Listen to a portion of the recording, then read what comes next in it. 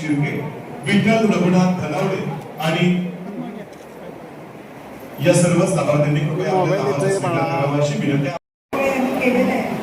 त्यांनी विधान परिषदेच्या आमदारांवरती काही काही निर्णयांच्या जबाबदारी टाकलेल्या आहेत. त्याच्यामध्ये साताऱ्याची जबाबदारी माझ्यावरती प्रभारी आमदार म्हणून ते ठेवलेली आहे. विधान परिषदेच्या कामकाजानंतर बरेचसे घटना घडलेले आहेत.